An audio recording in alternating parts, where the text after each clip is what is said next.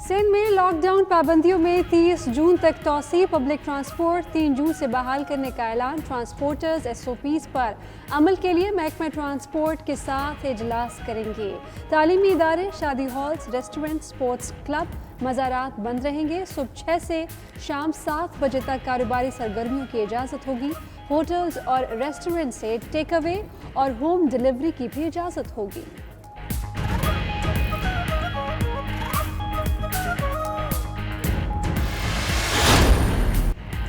कई कारोबारी सरगर्मियों और सनतों को बहाल किया जाए। वफाक और सूबों में इत्तफाक राय। तालीमी इदारे और शादी हॉल बदस्तूर बंद रहेंगे। सियाहत का शोबा खोला जाएगा। नए SOP तैयार। दुकानें और मार्केट्स SOP के तहत पीर से जुमा तक खुलेंगी। बैरून मुल्क फंसे पाकिस्तानियों को जल्द वापस लाया जाएगा। वज़ीर आज़म की ज़ेर सदारत कौमी राबिता कमेटी के इजलास में फैसले।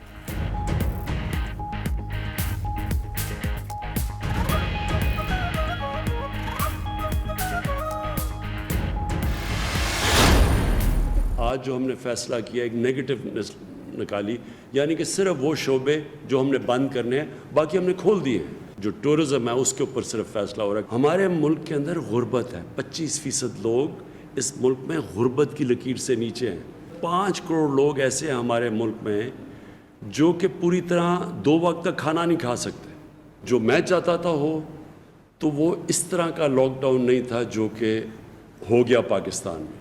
और हुआ क्यों? 18th अमेंडमेंट है। सूबों के पास इख्तियारात थे, वो सूबे खुद देख रहे थे, उनको प्रेशर था। चंद मखसूस शोबे बंद रहेंगे, बाकी सब खोल दिए जाएंगे। सयाहत खोलने के मुतालिक हतमी फैसला सूबे करेंगे।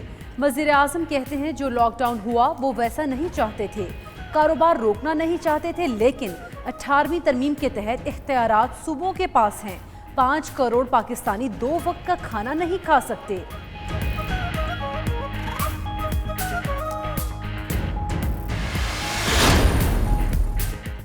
सियाहत का शोबा खोलने पर सिंध को कोई एतराज़ नहीं। KP और आज़ाद कश्मीर ने जुज़वी एतराज़ किया। वफाकी वज़ीर असद उमर की प्रोग्राम हार्ट टॉक में गुफ्तगू बोले, भारत ने तो वो शोबे भी खोल दिए जो हमारे यहाँ अभी बंद हैं।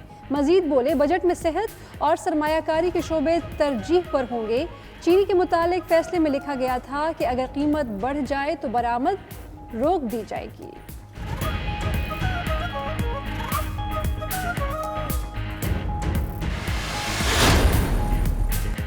खैबर पख्तूनख्वा, गिलगित बल्तिस्तान और आज़ाद कश्मीर मुकम्मल तौर पर सियाहत से वाबस्ता हैं। क्या सियाहत से वाबस्ता लोगों का रोज़गार बंद कर दें?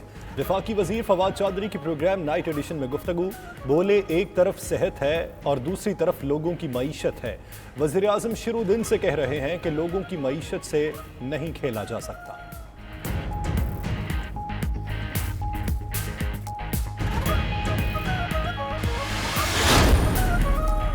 वफाकी काबीना का इजलास आज होगा। यूटिलिटी स्टोर्स कॉरपोरेशन में लाजमी सर्विसेज एक्ट नाफिज करने की मंजूरी एजेंडे का हिस्सा।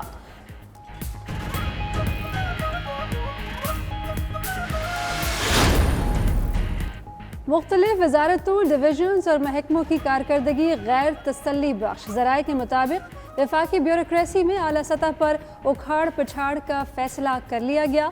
मुख्तलिफ वजारतों के सरबराहों और सेक्रेटरीज की तब्दीली मुतवक्के। पावर, पेट्रोलियम, नेचकारी कमीशन, कॉमर्स, एस्टेब्लिशमेंट डिवीजन के सेक्रेटरी भी तब्दील किए जा सकते हैं।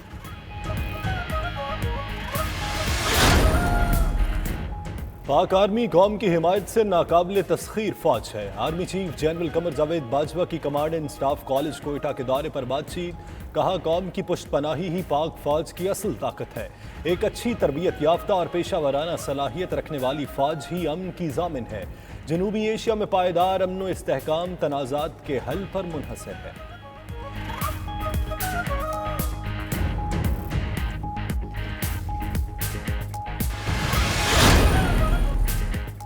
वज़ीर आला पंजाब का मार्केट्स और बाजारों में SOPs पर सख्ती से अमल कराने का हुक्म है। आवाम से अपील है, हुकूमती हिदायत पर अमल करें। ताजिर बरादरी भी अमल यकीनी बनाए। आम आदमी की माशी मुश्किलात का एहसास करते हुए कारोबार की इजाज़त दी।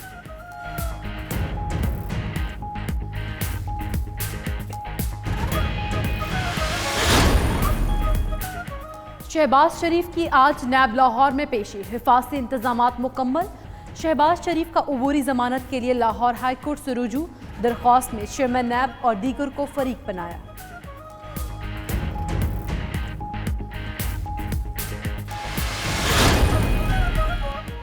आसिफ अली जरदारी की सेहत याबी के लिए दरगाह हजरत शाह अब्दुल लतीफ भिटाई पर 100 बकरों का सदका।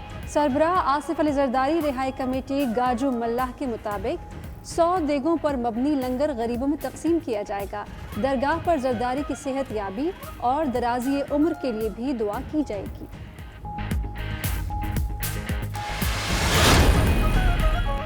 वज़ीर-ए-आज़म से वज़ीर मनसूबाबंदी असद उमर और गवर्नर सिंध इमरान इस्माइल की मुलाकात। कराची पैकेज के हवाले से अहम फैसले। सिंध और खुसूसन कराची में तामीर और तरक्की के वफाकी मंसूबों में पेशरफ्त का जायजा। इमरान खान का कराची में पानी और इंफ्रास्ट्रक्चर के मंसूबों की जल्द तकमील पर जोर।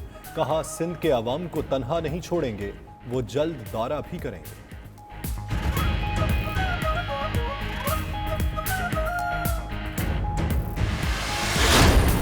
खेलों की सरगर्मियों की बहाली जारी। 11 जून से Spanish football league La Liga का आगाज होगा। रियल मैड्रिड की खिलाड़ियों की हिफाजती इक़दामात के साथ प्रैक्टिस। रियल मैड्रिड अपना पहला मैच 18 जून को वेलेंशिया के खिलाफ खेलेगी।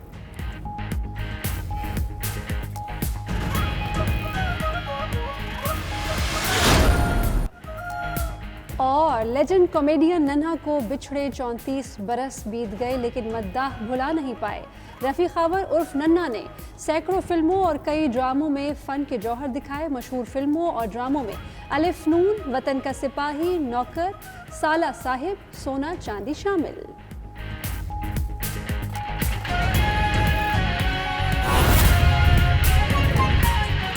वफाकी हुकूमत से अभी तक वफाकी हुकूमत की जानिब से उन सवालात का जवाब हमें नहीं मिला। हम ये तो रोज़ सुनने को मिलते हैं कि चोर हैं, डाकू हैं, फला हो गया, ये हो गया, हम किसी को नहीं छोड़ेंगे। लेकिन जो सवालात उठाए गए हैं, जो बहुत ही अहम नुकात थे, उनके बारे में अभी तक कई रोज़ गुजर जाने के बाद कोई जवाब नहीं आया। और उस दिन की प्रेस कॉन्फ्रेंस में कुछ चीज़ें हमने जानबूझ के छोड़ी थी, जो कि आज मैं आपके सामने फर्दर उसके ऊपर बात करूंगा। तो अगर हम रिकॉल करें, पिछले हफ्ते हमारी गुजारिश ये थी कि शुगर कमीशन रिपोर्ट ये कहती है कि पाकिस्तान के अंदर चीनी के बहरान की एक बुनियादी वजह शुगर एक्सपोर्ट है। जो दस्तावेजात रिपोर्ट के साथ लगे हुए हैं, उनका जब आप मुताला करते हैं तो वो दस्तावेजात शो करते हैं कि एक्सपोर्ट की इजाज़त वफाकी काबीना ने दी। वफाकी काबीना वज़ीर आज़म पाकिस्तान की सरबराही में मिली और 6 दिसंबर को इस बात की मंजूरी दी गई। वफाकी हुकूमत या वफाकी काबीना ने यह मंजूरी ईसीसी की सिफारिश पर की। ईसीसी किसका इदारा है? वफाकी हुकूमत का इदारा है। और ईसीसी ने सिफारिश किसकी पे की? Ministry of trade and commerce की गुजारिश पे। Ministry of trade and commerce का मिनिस्टर इंचार्ज कौन है? इमरान खान साहब हैं। तो ये बड़ा क्लियर एक टाइमलाइन है जो कि जिसको हमें फॉलो करने की जरूरत है कि पहली बार मिनिस्ट्री ऑफ कॉमर्स ने 28 सितंबर 2018 को यह सिफारिश की कि 1 मिलियन टन चीनी की एक्सपोर्ट कर दी जाए। यह कागज कमीशन रिपोर्ट पे सफ़ा नंबर 312 पर मौजूद है। 2 अक्टूबर 2018 को ईसीसी इस बात को अप्रूव करती है। वो कागज सफ़ा नंबर 321 पर अवेलेबल है। और 3 दिसंबर 2018 को मिनिस्ट्री ऑफ कॉमर्स एक और समरी मूव करती है, जिसके अंदर 10 लाख से एक्सपोर्ट क्वांटिटी बढ़ा के 11 लाख क्वांटिटी की बात की जाती है। 2 अरब रुपए माजी के फौरी तौर पर अदा करने की सिफारिश की जाती है और फ्रेट सब्सिडी के हवाले से जो माजी के फैसले हैं उस पर नजरसानी करने की सिफारिश करती है।